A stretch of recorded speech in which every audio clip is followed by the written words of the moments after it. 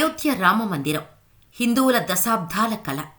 రామయ్య ఏలిన ఈ పుణ్య ప్రదేశంలో వందల ఏళ్ల ఎదురుచూపుల తర్వాత ఆ రాముడి ఆలయం కొలువు తీరింది.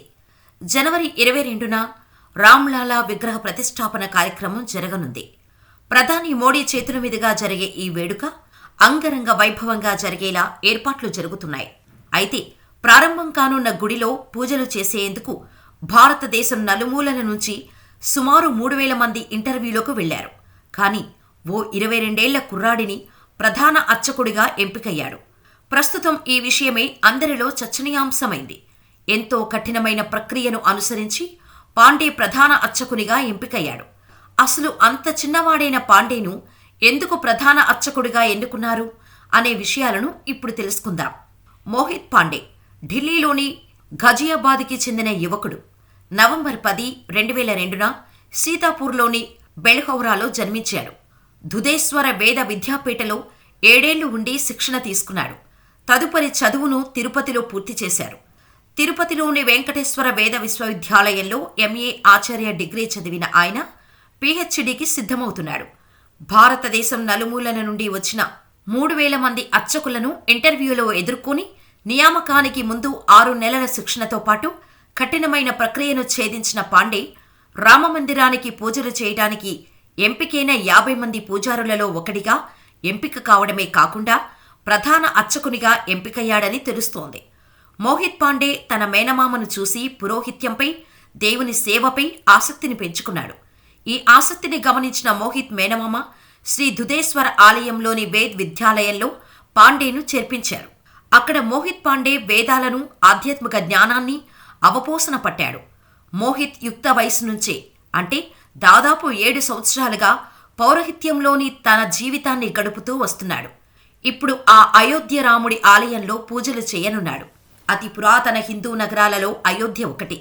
ఈ నగరం పతిత పావని అయిన గంగానది తీరంలో ఉంది. అలాగే సరయూ నది కుడివైపున ఉంది.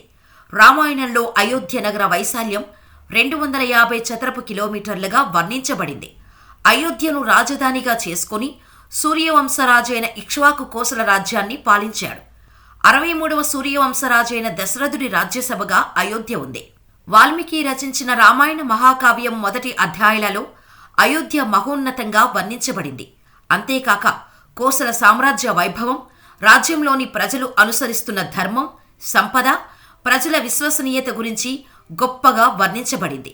తులసీదాసు తిరిగి రచించిన రామచరిత మానస్లో అయోధ్య వైభవం తిరిగి వర్ణించబడింది.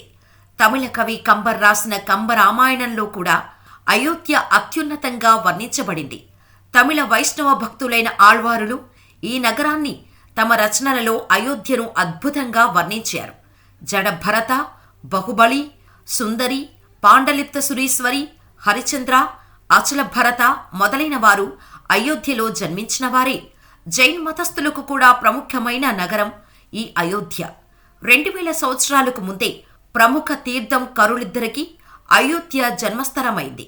అంతేకాదు మరో 5గురు తీర్థంకరులకు కూడా జన్మస్థలంగా ఈ నగరం ఉంది. జైన ఆగమాలలో అయోధ్యకు మహావీరుడు విజయం చేసినట్టు రాయబడింది. అయోధ్య బుద్ధమత వారసత్వ కలిగిన నగరం. అందువలన ఇక్కడ మౌర్య చక్రవర్తుల కాలంలో నిర్మించబడిన పలు బౌద్ధాలయాలు, స్మారక నిహనాలు, శిక్షణా కేంద్రాలు ఉన్నాయి. గుప్తుల కాలంలో అయోధ్య వాణిజ్యంలో శిఖరాగ్రం చేరుకుంది.